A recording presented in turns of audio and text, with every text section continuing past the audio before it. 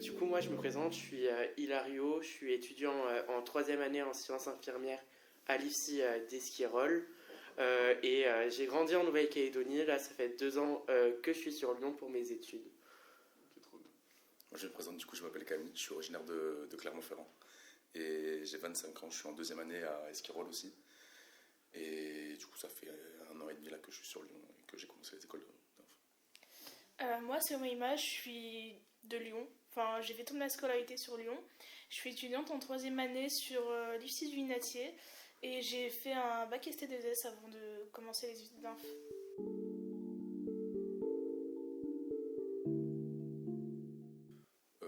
Moi, à la base, j'étais pas du tout parti pour faire des études en santé ou même dans le soin du tout. En sortant du lycée, j'ai fait une fac d'histoire Ok. pendant 3 ans, de manière un peu décousue aussi.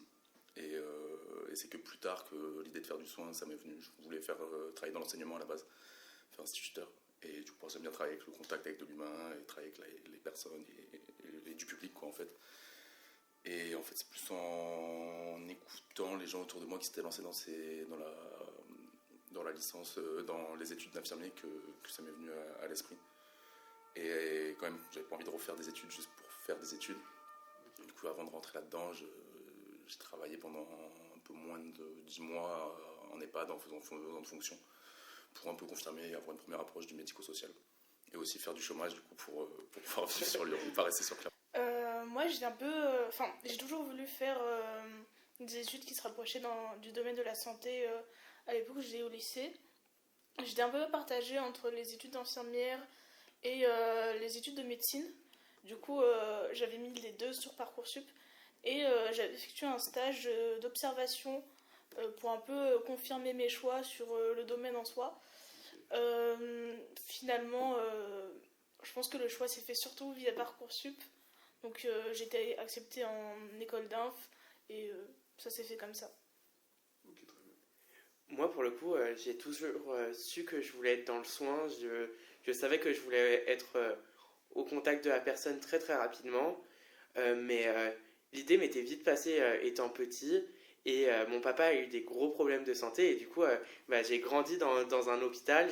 J'allais tout le temps avec lui à l'hôpital. Je lui faisais les soins et tout ça.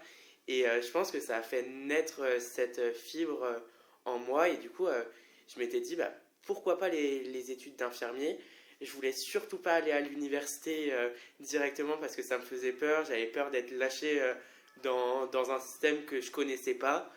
Du coup, j'avais trouvé ce juste milieu avec les écoles, avec les instituts de formation infirmiers, parce que du coup, on est dans des plus petites promos, il y a plus un accompagnement que à l'université, et finalement, j'ai vite trouvé mon compte, et c'est quelque chose que j'adore, in fine.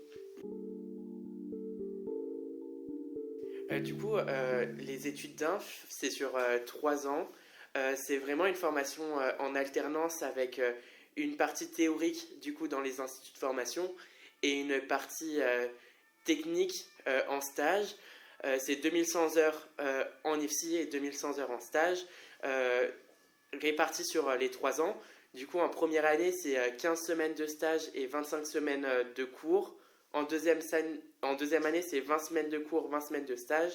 Et en troisième année, c'est 25 semaines de stage et 15 semaines de cours, ce qui permet vraiment de pouvoir pratiquer le maximum possible et être au contact des patients, être dans le milieu médico-social et trouver son service de prédilection après.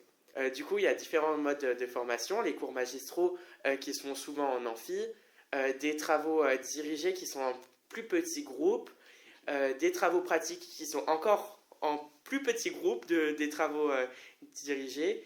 Et après, on a du travail personnel guidé à domicile et de l'enseignement à distance avec des capsules vidéo à regarder à la maison et du e-learning. Est-ce que vous pouvez me dire c'est quoi les cours que vous avez en fait? Qu'est-ce que vous apprenez dans les sciences infirmières? C'est quoi qu'on vous enseigne? Quels sont les noms de ces cours? Quels sont les intervenants qui viennent? Est-ce que vous pouvez préciser? Généralement, en première année, on va plus avoir des cours sur le corps sain, donc le fonctionnement du corps en lui-même.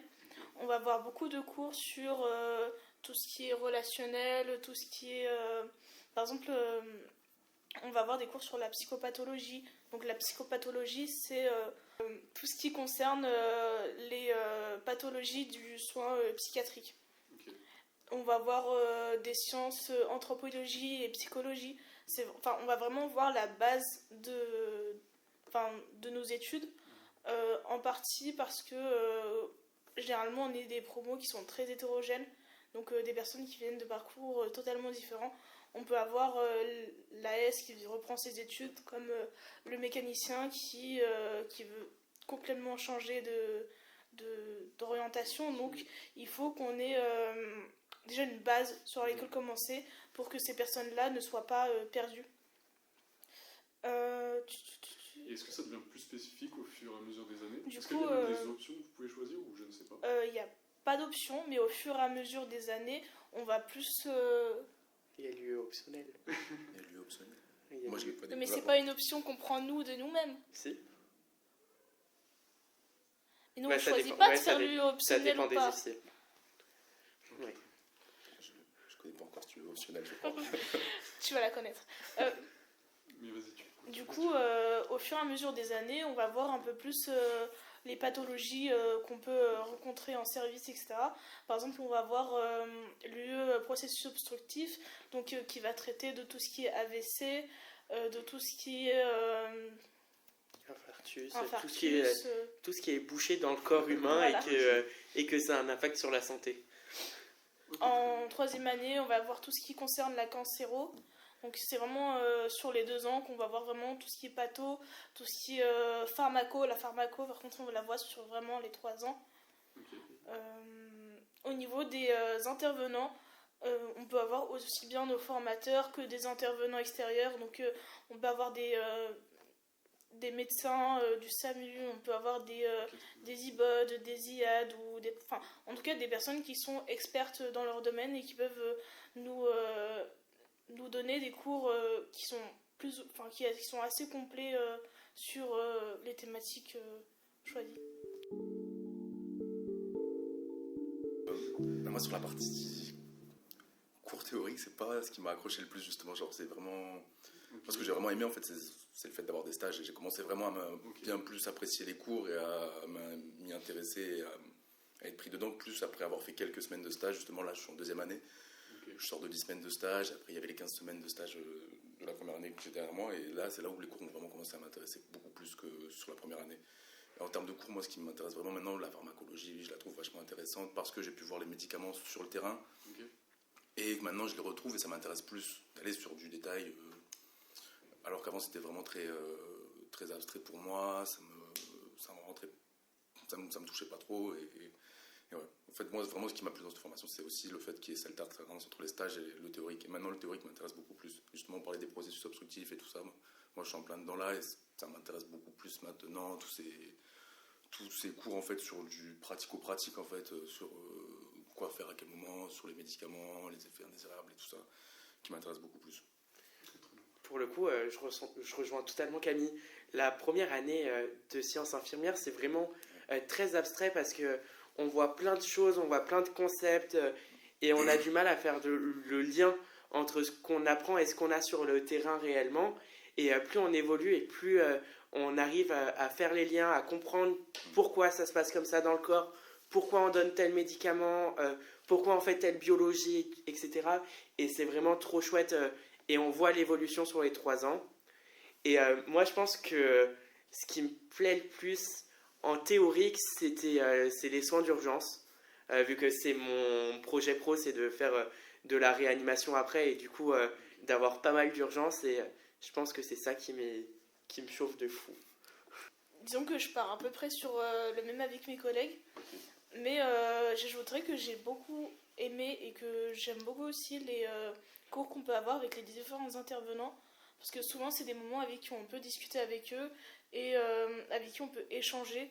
Donc eux peuvent nous apporter en fait des connaissances de par leurs expériences et souvent c'est des cours qui sont très intéressants. Donc, quel type de cours? Parce que tu as dit des intervenants extérieurs, peut-être? Du coup, c'est des intervenants extérieurs qui viennent et qui nous font cours, eux, sur... par exemple, je sais que sur mon école, on avait un cours sur le SAMU et les soins d'urgence du coup. Et c'était vraiment un binôme avec un médecin et son infirmier qui nous expliquait comment ça se passait, qui nous donnait des éléments théoriques, mais en parallèle, en nous les exposant avec des situations qu'ils ont rencontrées. Ok. Pour le coup, c'est vraiment la richesse des études en santé, je pense, globalement. C'est qu'on a la chance d'avoir plein d'intervenants, plein de spécialistes dans leur domaine. On a des médecins, on a des biologistes, on a des infirmières et des fois, on a même des patients experts qui viennent nous faire des témoignages, des recueils d'informations. Et c'est vraiment se nourrir de la parole et des connaissances des autres qui nous enrichit. Et c'est vraiment trop bien, en fait, de pouvoir leur poser toutes les questions, de pouvoir échanger. Et eux, ils sont passés aussi souvent par nos études ou par des études en santé, et d'être rassurés, de savoir que eux, ils ont réussi et que nous aussi, on peut réussir en fait. Alors déjà, au niveau des stages, c'est l'école qui nous les attribue en première attention. Après, il y a toujours possibilité d'en trouver. Donc si jamais une personne est d'originaire d'une autre ville et veut se rapprocher du coup de ses parents ou de sa ville d'origine, cette personne peut faire des demandes de stage et du coup faire son stage là où elle le souhaite. Mais à la base... Ils vous les attribuent, donc c'est sous forme de vœux ou sous forme de sélection au hasard parce que je pense que tout le monde ne peut pas aller au même endroit. Oui. Alors à la base, on a des thématiques de stage qui sont obligatoires. Okay. Donc on a de la psychiatrie qui est obligatoire. On a des services de courte durée. Donc ça peut être de l'USIC, ça peut être de l'hôpital de jour. Du moins, c'est des services où en principe les patients ne restent pas longtemps. On a tout ce qui est lieu de vie, donc les EHPAD, le soin à domicile, scolaire aussi, c'est le lieu de vie. Donc tout ce qui est infirmier scolaire et tout ce qui est SSR aussi, donc en plus. Et du coup, les formateurs se basent sur ces thématiques obligatoires pour nous attribuer à chacun des stages. Donc ils vont regarder par exemple plus ou moins si un tel ou un tel a fait de l'EHPAD, donc de ne pas lui en redonner, de plutôt lui donner une thématique qu'il devra avoir pour faire en sorte que à la fin de nos 3 ans, on ait vraiment balayé tout au mieux, tous les lieux d'exercice possibles pour avoir un bagage qui est assez important pour pouvoir travailler où on le souhaite. En termes de stage que j'ai effectué, j'ai fait 5 semaines du coup de soins à domicile en SIAD. La différence c'est que le SIAD c'est un organisme un peu salarial où en fait on a des aides-soignants et des infirmiers qui vont au domicile des patients. Et j'ai fait 5 semaines en psychiatrie en service d'entrée, 5 semaines en CMP, encore 5 semaines en psychiatrie. J'ai fait 10 semaines en SSR, post-AVC, 5 semaines en chirurto. J'ai fait de l'EHPAD, j'ai fait 15 semaines d'EHPAD. Ok, et par exemple, rapidement, parmi tout ce que tu as évoqué, c'est quoi l'expérience que tu as le plus appréciée? J'ai beaucoup apprécié mon expérience en chirurto, okay. Mon expérience en hôpital du jour rhumato et récemment la dialyse.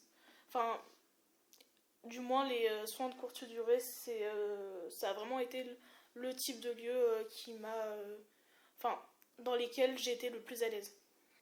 Moi, à titre personnel, j'ai jamais eu de mauvaise expérience en stage. Mais je crois que c'est aussi dû à une position que je suis un peu plus âgé que le reste de ma promotion, que j'ai déjà travaillé, été dans le monde du travail avant. Okay.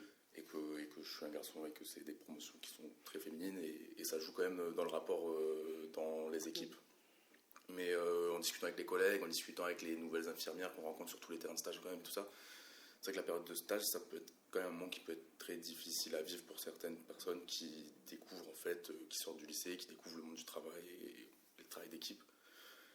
Du coup, sur les retours que j'en ai, c'est que ça peut être difficile. Mais moi, ça m'est jamais arrivé. C'est vraiment les stages où je m'épanouis le plus en fait. Sur cette formation, c'est pas la partie théorique, comme je l'ai dit plus tôt, qui me passionne. Pour rester en cours, c'est pas ce que je préfère. Et toi, tu as fait quoi comme type de stage, par exemple? Est-ce que tu pourrais... Ouais. Alors j'ai commencé par de la crèche. C'est aussi un peu le bémol du fait que ce soit nos instituts qui nous trouvent nos terrains de stage. Ce qui est bien, c'est qu'on n'a pas à s'en soucier et qu'on va là où on nous dit. Mais justement, le problème, c'est qu'on va là où on nous dit et qu'on a des parcours de stage qui, des fois, ne correspondent pas à ce qu'on veut. En plus, sur un territoire comme Lyon, ça peut être très loin de notre domicile. C'est des choses qui peuvent être embêtantes et qui sont aussi à prendre en compte quand on rentre dans cette formation. Et justement, la crèche, c'est vrai que c'est un peu éloigné d'infirmier en fait, ouais, vraiment, ouais. Enfin, bon. Et qu'on peut se retrouver aussi en deuxième année avec ça. Moi, je l'ai eu qu'en première année, je suis quand même content de ne pas y être allé plus tard. Du coup, ça a été mon premier stage, c'était sympa. Mais bon, pour ce que c'est, quoi. Après, je suis parti en chirurgie ophtalmologique ambulatoire, ce qui était aussi une bonne première approche pour les stages infirmiers. Après, j'ai eu un stage de rattrapage vu que j'ai pas pu faire mon premier stage à cause de soucis de vaccination, parce qu'il faut bien être vacciné de l'hépatite B avant de rentrer. Et moi, j'étais un peu en retard. Et j'ai pu aller en maladie infectieuse et tropicale à Croix-Rousse. C'était un stage qui était super pour moi.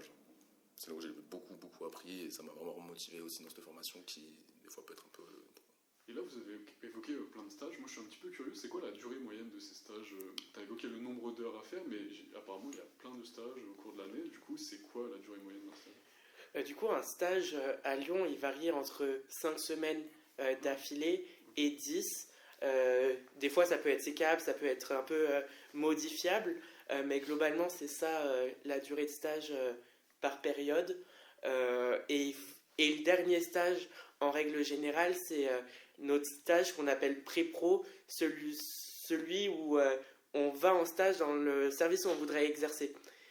Du coup, c'est vraiment l'approche de nous familiariser avec le service, nous familiariser avec les procédures, pour après, dès qu'on est diplômé, accéder directement au poste et être un super infirmier, on l'espère. Et celui-là, on le choisit, ce pré-pro? Le pré-pro, du coup, on peut faire des vœux, on peut classer nos choix. Moi, je sais qu'ils ont respecté jusqu'à présent mes vœux et ce que je leur ai demandé. Mais après, il manque toujours des lieux de stage. Lyon, c'est un super grand territoire avec énormément d'étudiants en sciences infirmières. Et du coup, pour trouver des lieux de stage, c'est compliqué.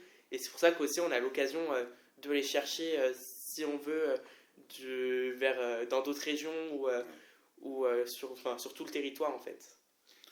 J'avais une question. Est-ce que vous êtes souvent seul dans ce stage ou il y a d'autres étudiantes de la même promo que vous, de promo à gauche, à droite, qui sont un petit peu novices comme vous? Et est-ce que du coup, pour la cohésion, pour l'apprentissage aussi, c'est mieux? En stage, ça peut varier. Ouais, des fois, on a des gens de notre promo, des fois, on est le seul étudiant de la période. Okay.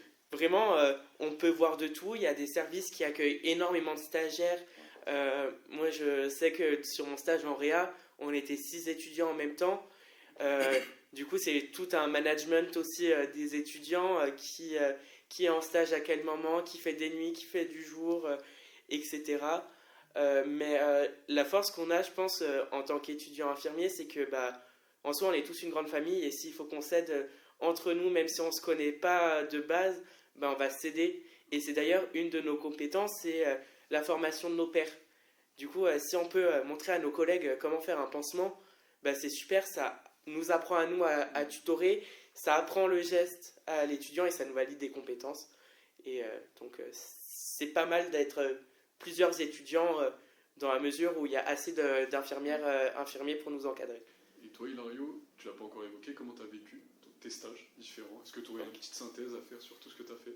Ouais, du coup, moi, mes stages, j'ai fait pas mal de gériatrie pour le coup, sur tout mon parcours de stage. Okay. Et c'est pas forcément ce qui m'intéresse, mais c'est un milieu où on apprend beaucoup. Pour moi, les stages, c'est vraiment la clé de la formation. C'est là où on apprend vraiment notre futur métier en pratique. Et franchement, il faut s'éclater en stage, il faut être acteur de son stage, vouloir apprendre, vouloir toujours dépasser les limites et voir plus de choses. Et le stage que j'ai préféré, c'était de la réanimation chirurgicale. Pour le coup, j'y ai retravaillé après et c'est là-bas où j'ai un poste qui m'attend une fois diplômé. Une dernière question sur les stages et après on pourra un peu enchaîner, mais c'est au niveau des horaires et du rythme. Comment ça se passe? Moi, j'y connais rien du tout, mais les quelques amis en sciences infirmières que j'ai, on a l'impression qu'ils ont des horaires de fou, ils sont jamais dispo. Et du coup, et on les voit, ils travaillent le week-end, ils travaillent les jours fériés ou ce genre de trucs. Est-ce que vous pouvez préciser, est-ce que vous devez travailler très tôt le matin? Est-ce qu'il y a des sessions? Est-ce que c'est des horaires fixes? Moi, j'y connais rien. C'est très stage dépendant en fait. Ok, très bien. C'est en fonction des horaires du terrain de stage où on va. Ça dépend vraiment d'où est-ce qu'on va aller en stage. J'ai appris l'amplitude horaire normalement, c'était que la semaine. Maintenant, je crois qu'ils étendent un petit peu au week-end parce que justement, le manque de terrain de stage fait que faut aller voir un peu plus loin. Ce qui peut être un peu compliqué pour certains étudiants qui découvrent un rythme de travail et faire un 35 heures dans la semaine. Déjà, c'est un 35 heures par semaine. Ok. Qui peut être lissé sur plusieurs semaines, par exemple 70 heures, qui peut se faire sur 50 heures une semaine, 20 heures. Enfin, Ok. il y a plusieurs moyens de le faire. Je sais pas si c'est bien ce que j'ai dit, mais il y a plusieurs moyens de le faire. Et l'amplitude horaire, après, en fait, comme en tant qu'infirmier, on va être amené à travailler vraiment sur plein de modèles différents. Ouais, il n'y a pas. On peut être en 7h30, en 8h30, en 10h, en 12h, en 12h30, de nuit. En alternance jour-nuit. Ouais. C'est vrai que c'est assez varié quand même. Et comment vous le vivez ça? Est-ce que vous dites c'est une difficulté, c'est une contrainte, vous l'acceptez? Je pense que la difficulté peut survenir quand on est vraiment en décalage avec les horaires de l'équipe. Okay. Donc souvent, ils aiment pas trop qu'on fasse des 12 heures avec eux. Donc parfois on se retrouve, du coup, l'équipe a fait son shift de 12 heures de manière normale. Et quand on est de soir, on arrive à midi un peu au milieu de tout. Ouais. Du coup, on est un peu paumé parce qu'ils sont vraiment dans leurs soins, ils sont dans la continuité de ce qu'ils faisaient le matin. Donc sur ça peut être un peu compliqué. Après, au niveau de l'amplitude horaire de manière générale, je dirais que c'est un peu étudiant dépendant. Parce qu'il y en a beaucoup qui aiment les 12 heures, qui pour eux ça leur va totalement. Il y en a qui préfèrent les 7 heures, il y en a qui préfèrent la journée. Il y en a qui la nuit, ça les dérange pas du tout. Donc ça dépend vraiment de chaque étudiant et des limites de chacun en fait. Ok, parfait. Pour le coup, j'ai goûté aux 12 heures alternance jour-nuit. Moi, ça me plaît énormément, mais j'ai mes collègues qui détestent ça. Ils veulent faire que du jour, que de la nuit. Mais malheureusement, c'est les contraintes de notre formation. Et on s'adapte sur 3 ans et dès qu'on aura nos diplômes, on choisira un service qui convient à nos besoins en tout cas. C'est vrai que c'est un peu frustrant sur le moment, je trouve moi quand même. Pour moi, pour le coup, c'est vrai que je ferai que des 12 heures de mes stages. Et même plus tard, je sais que je vais aller travailler que dans des services de 12 heures au maximum, sauf s'il y a besoin de vraiment moins de travailler et que j'irai ailleurs. Et du coup, pendant la formation, de ne pas pouvoir vraiment... C'est quelque chose moi qui me frustre un petit peu aussi quand même sur la formation, de ne pas pouvoir vraiment répondre à ce qu'on veut directement, puisqu'on est dépendant aussi du fait qu'on nous trouve nos terrains de stage. Moi, je pense qu'en point positif de la formation, c'est vraiment le fait qu'on soit bien accompagné par les instituts de formation. On a un formateur qui est référent, qui prend vraiment le temps de travailler avec nous sur notre projet d'orientation, sur les travaux qu'on doit rendre, sur nos stages et tout ça, de nous faire des retours tout le temps.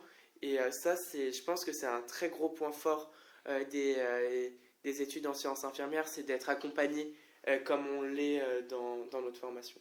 Moi, je ne suis pas forcément d'accord avec ce constat, pour le coup. Vas-y. Pour moi, le point fort, vraiment, c'est vraiment à moi, dépendant de moi-même, mais Oui. c'est toute la partie professionnalisante, stage, en fait, et tout ça, et qu'on apprend vraiment du concret. Et pour le coup, pour avoir été à la fac avant, on est plus dans l'abstrait. Là, directement, on travaille, on voit comment ça se passe. C'est vraiment, pour moi, ça le point fort. Le fait d'avoir pas mal de stages et de se rendre compte vraiment du terrain. Et pour moi, la partie accompagnement et dans l'institut, je trouve qu'elle est un peu formateur dépendant et que c'est pas forcément moi ce que je préfère. Je trouve des fois que la relation à l'institut, elle est très verticale et pas assez horizontale comme on peut la retrouver en fait à l'université, ce que je trouvais quand même vachement plus agréable. C'est vrai que moi, en revenant dans une institut, j'ai un peu retrouvé des choses qui m'agaçaient comme au lycée, et c'est plus vraiment dans cette logique-là que j'ai envie d'avancer. Mais après, encore une fois, c'est vraiment, il y a des formateurs qui sont à fond, et c'est ça qui est chouette aussi, qui reste quand même accessible. Ok, très bien. Moi, en vrai, je rejoins Hilario sur le fait qu'on est vraiment d'accompagnement qui est assez... Enfin, les formateurs veulent qu'on réussisse, quoi. Du moins, c'est ce que je ressens moi et via mon école à moi. On a vraiment un suivi qui se fait tout le long des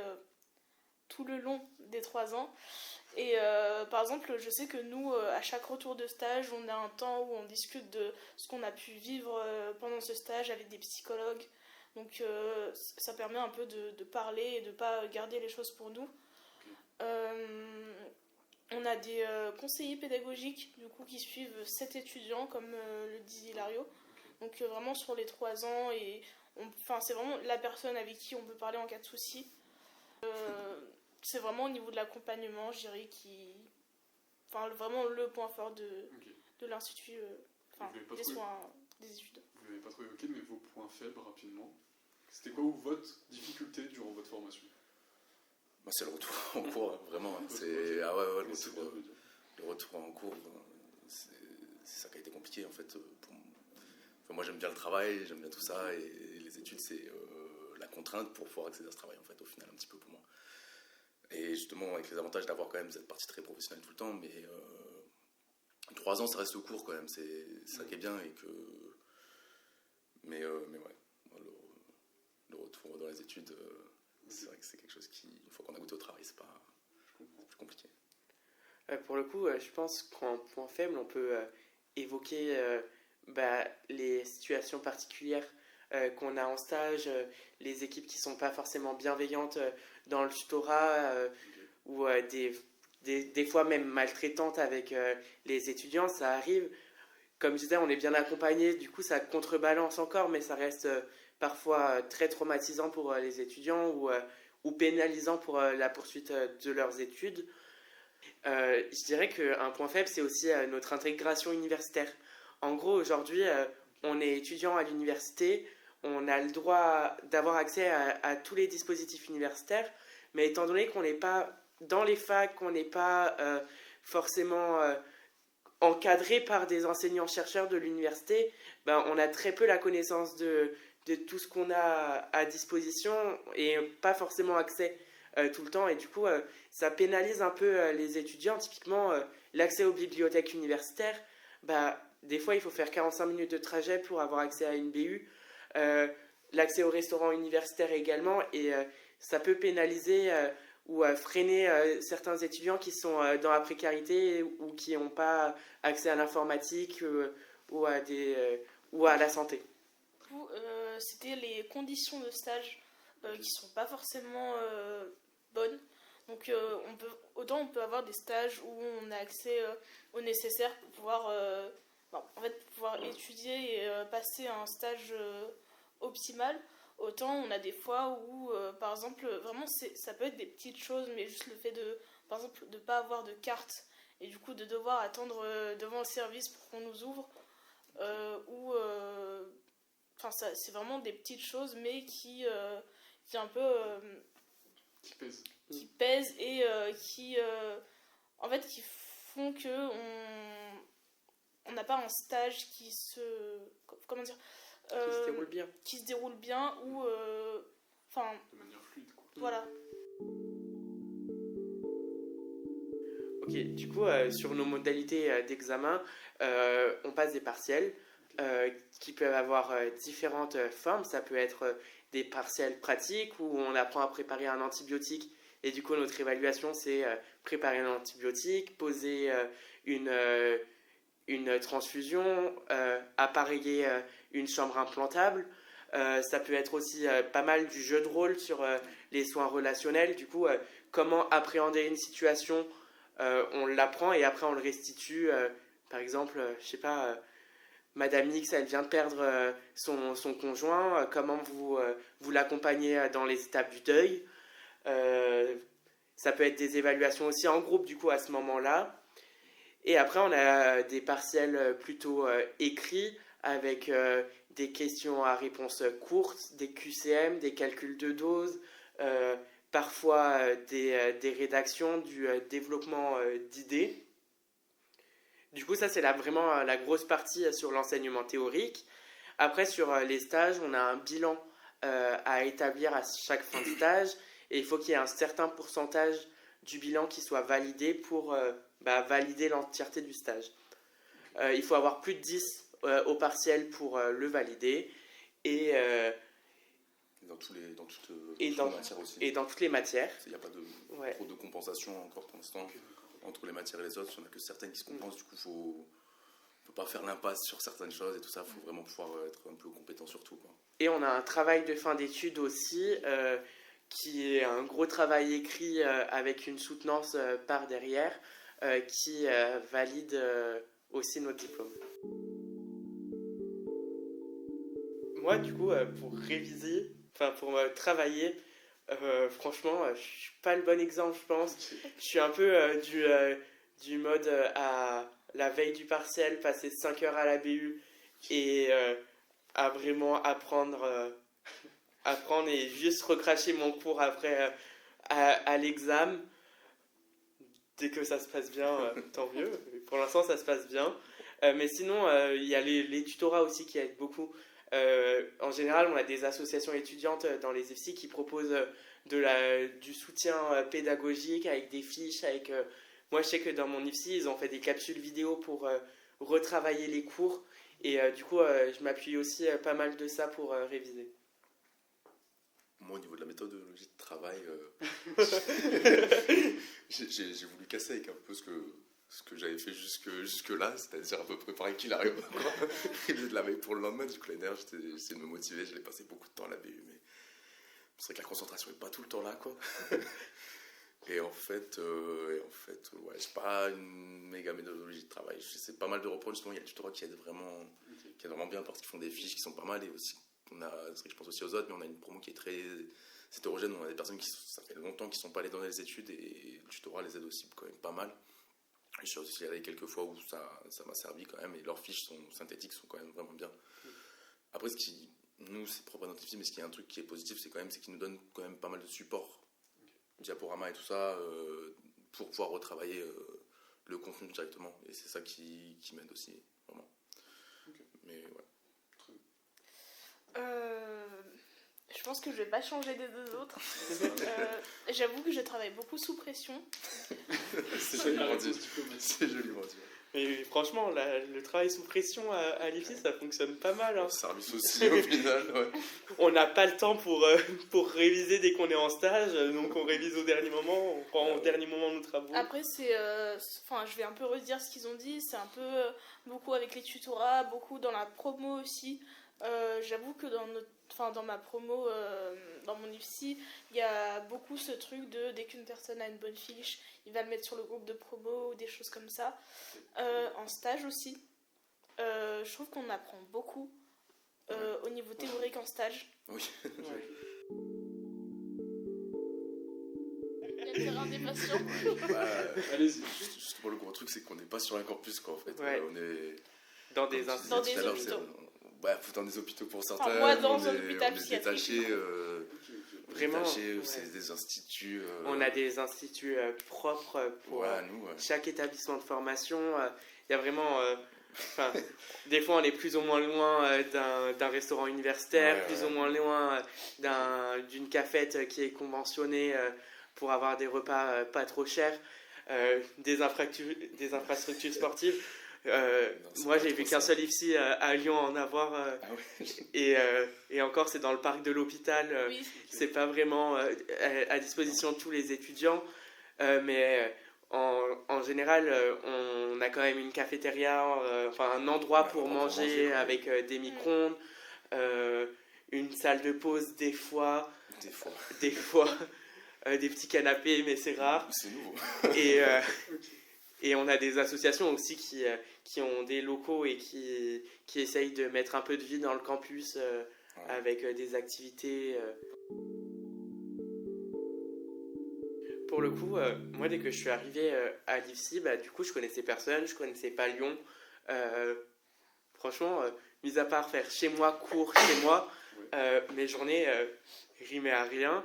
Et du coup, je m'étais dit, pourquoi pas m'engager dans une asso, vraiment, ça peut être trop cool, faire des événements, nanana.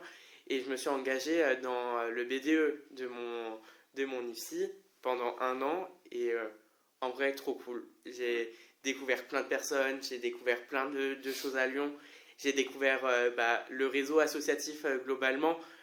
Et du coup, après, ça devient vite des très bons copains, une famille en soi. Et du coup, je me suis dit, continuons.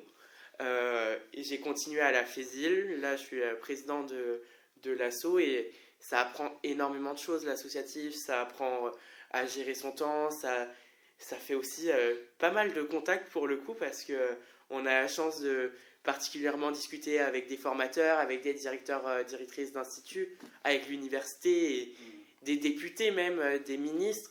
Et du coup, ça fait monter en compétences énormément sur la communication, sur l'organisation, la planification. Vraiment, c'est trop chouette. Moi, quand je me suis engagée, c'était vraiment sur mon année de redoublement, du coup. Parce que, déjà de base, je voyais que la plupart de mes collègues, de mon ancienne promo, s'étaient engagés, du coup, dans l'asso local, du coup, de mon école. Et ça me donnait envie, je me suis dit, j'ai du temps à perdre. Autant m'engager dans quelque chose. Et j'étais un peu dans cette déprime d'avoir... un peu dans cet échec sur mon année. Donc je me suis dit de faire quelque chose de mes journées. Ça pourrait me faire... comment dire, Changer d'état d'esprit. me faire changer d'esprit et avoir l'impression de ne pas perdre mon temps en ayant redoublé, surtout que j'avais 0 partiel à refaire. J'avais juste mon stage sur toute l'année. Et in fine, j'ai fait 1 an et demi. Et du coup, je me suis dit, après mon asso local, que j'aimerais bien faire quelque chose d'autre, mais du coup continuer sur de l'asso. Et c'est de là que j'ai voulu m'engager à la FESIL. Ok, très bien. Moi, j'ai commencé le monde associatif à partir de ma 2e année. C'est vrai que je n'étais pas trop là-dedans avant. C'est Léro qui est venu me contacter parce que je crois qu'on se connaît pas par rapport au fait que je suis représentant de ma promo, je crois. Ça doit être ça, sûrement. Et du coup, c'est comme ça que je suis rentré là-dedans au niveau des affaires sociales, qui est quelque chose qui m'intéresse beaucoup, notamment par mon engagement au niveau de la promo et dans la vie de tous les jours. Et c'est vrai que l'associatif, ça permet quand même de se rendre compte quand même de certaines réalités, et justement, comme tu disais, de prendre en compétence sur des choses que je connaissais pas du tout, découvrir des choses, et vraiment, ça apporte aussi une ouverture d'esprit en fait, et des compétences qu'on développe pas si on rentre pas dans le milieu associatif, quoi, quand même. Et pour le coup, le réseau associatif infirmier, il est très développé sur le territoire lyonnais. Entre instituts, les B2, ils travaillent ensemble, ils font des projets ensemble. Il y a la FESIL qui fait aussi des gros événements pour les étudiants en sciences infirmières, les soirées d'accueil et tout ça. Et franchement, ça fait naître vraiment une fibre étudiante dans ce milieu où parfois on voit des choses pas cool à l'hôpital, on passe des journées dures émotionnellement, et se dire après le soir, je vais au bar avec les copains, avec les gens de ma promo parce que le BDE organise quelque chose, ça fait plaisir et ça aide énormément les étudiants. Et en dehors de ce côté festif, il y a aussi l'accompagnement plutôt sur les aides sociales, on sait qu'aujourd'hui les étudiants ils sont précaires, ils n'ont pas assez de moyens pour poursuivre leur formation correctement. C'est les aider, leur donner les clés pour réussir leur formation. Ou l'orientation, vous conseiller sur qu'est-ce qu'on fait après le diplôme, pourquoi venir en études de sciences infirmières. Franchement, l'expérience de tout le monde nourrit bien aussi ce réseau. Ouais. Et c'est vrai que ce réseau, je pense qu'il est un peu fédérateur aussi, et le fait de savoir qu'on peut aller quelque part, même pas que dans son BDE, et aller voir ailleurs aussi, ça fait quelque chose. C'est un lien, et comme on disait, tu vois, se sentir soutenu aussi sur les temps de stage où on va entre étudiants, et ça c'est chouette. Ouais. Ce qui est bien, je trouve, moi, dans nos promos, c'est qu'on a une très grande hétérogénéité. Ce qui fait qu'on a des parcours qui sont complètement différents. Tout à l'heure, il y a pas mal d'AS qui veulent devenir infirmiers et qui viennent enrichir aussi de leurs compétences et de leur savoir tout le groupe, en fait. On a des personnes qui viennent de partout, et c'est ça qui est vraiment chouette. Et pour ma promo, en tout cas, on a commencé à 182. Cette année, on a un peu moins. Il y en a quelques-uns qui ont arrêté, mais pas tant que ça quand même. On va être 170 ou 165, quoi. C'est pas non plus tant. Et on a vraiment un truc assez solidaire, on a une conversation sur WhatsApp où on se communique tous des infos, on s'aide, où les gens sont quand même vachement actifs dans cette conversation et solidaires, ouais. Et c'est vraiment quelque chose qui est chouette, et d'avoir toute cette multiculturalité et tout plein de parcours différents, c'est vraiment chouette, et je trouve que c'est vraiment un gros point positif de ces études, c'est qu'on côtoie des personnes qui viennent de partout et qui ont des parcours de vie complètement différents, quoi. Ouais, pour le coup, je trouve que ça aide, enfin, notre formation aide beaucoup à s'intégrer entre nous. On a pas mal de travaux de groupe, on a pas mal d'événements qui font que bah, on est obligé de se mélanger, de se réunir tous ensemble et d'échanger surtout. Et comme Camille le disait, bah, on vient tous d'horizons différents et bah, c'est trop chouette de se raconter ça. Et après, on se fait notre petit groupe qui est solide, que ce soit pour s'amuser, mais aussi pour travailler. Et l'entraide, c'est incroyable. Pour le coup, on a pas mal de ressources d'entraide. Comme je disais, on a les tutorats qui sont faits par les étudiants, mais on a les groupes de promo, on a vraiment plein de dispositifs pour travailler tous ensemble. Et du coup, moi, dans ma promo, on est actuellement 180. C'est quand même des grosses promos, mais on a beaucoup de cours en petits groupes ou vraiment des cours où parfois on est même pas une dizaine. Donc c'est chouette pour l'apprentissage. Donc nous, on était 150 l'an dernier. On est monté à 180 parce que du coup, on a récupéré des étudiants de leur école, du coup des étudiants militaires. Ah oui, ok. Au niveau de l'ambiance de promo, elle est plutôt bonne dans l'ensemble. Après, il y a forcément, comme tout endroit, toujours des querelles ou des petites histoires, mais pas plus embêtant que ça. Sinon, beaucoup d'entraide. Je trouve qu'on est beaucoup dans un esprit assez familial aussi. Le fait est on est beaucoup, mais on est toujours beaucoup moins que dans une fac classique où on est 180 généralement en amphi quand on est en promo entière, mais on est toujours scindé en plusieurs groupes, voire même en 8e, 16e, 15e de promotion. Donc surtout que je sais que généralement l'école essaye de favoriser au maximum la cohésion, donc en faisant des repas culturels où tout le monde ramène un peu un repas. Et on partage tous ça sur la pause de midi. Ils aiment beaucoup les repas partagés. Et voilà. Ok, parfait. Pour faire juste un petit focus sur les étudiants militaires, à Lyon, on a la chance d'avoir les EPPA. Du coup, c'est les étudiants qui ont un cursus particulier. Ils sont étudiants dans nos promos, mais ils ont aussi une formation militaire à côté. Et ils vivent en caserne, en régiment. Et à la fin, ils auront des compétences en plus parce qu'ils font aussi de la formation au combat pendant que nous, on est en week-end et qu'on se repose ou en vacances. Après, ils travailleront en antenne médicale militaire ou en ACHIA. Pour le coup, moi j'ai galéré de fou à trouver un logement parce que de 1, j'étais pas sur Lyon dès que je recherchais, du coup je pouvais pas faire les visites et bah tout de suite c'est moins crédible auprès d'une agence immobilière ou d'un particulier. J'ai eu la chance pendant 1 an d'avoir un logement Crous et après de trouver un logement plus décent. Mais pour le coup, c'est compliqué, ça coûte très très cher sur Lyon. Il faut pas se le cacher, mais on essaye de tout donner. Et comme on disait, l'entraide aussi dans nos promos font qu'il y a souvent des colocs qui se créent très rapidement entre amis pour payer moins cher, être ensemble, s'entraider et vivre sa vie d'étudiant en mode cool. C'est vrai que pour moi, c'était un vrai souci aussi, le logement. Enfin, ça a été un vrai souci. Ça a été quelque chose d'un peu compliqué à trouver. Ça m'a pris du temps de trouver le logement dans lequel je suis actuellement. J'ai pu commencer à arriver grâce à une amie qui était sur Lyon, qui me louait sa chambre vraiment pas cher du tout, et je la remercie vraiment pour ça. Après, ça a dû se finir parce que c'était déjà prévu comme ça. Après, j'avais ma cousine aussi qui était là, et heureusement qu'elle a été là aussi, et ça m'a permis avoir un pied à terre quand même. Mais, et après, j'ai réussi à trouver ce logement-là, mais pas par une agence en ligne qui prend vraiment tout le monde, quoi. Du coup, c'est pas l'idéal. On choisit pas ses colocataires, on choisit pas les personnes avec qui on vit. Je sens qu'il y a un peu une entourloupe aussi sur la fin, quoi, sur la caution, quoi.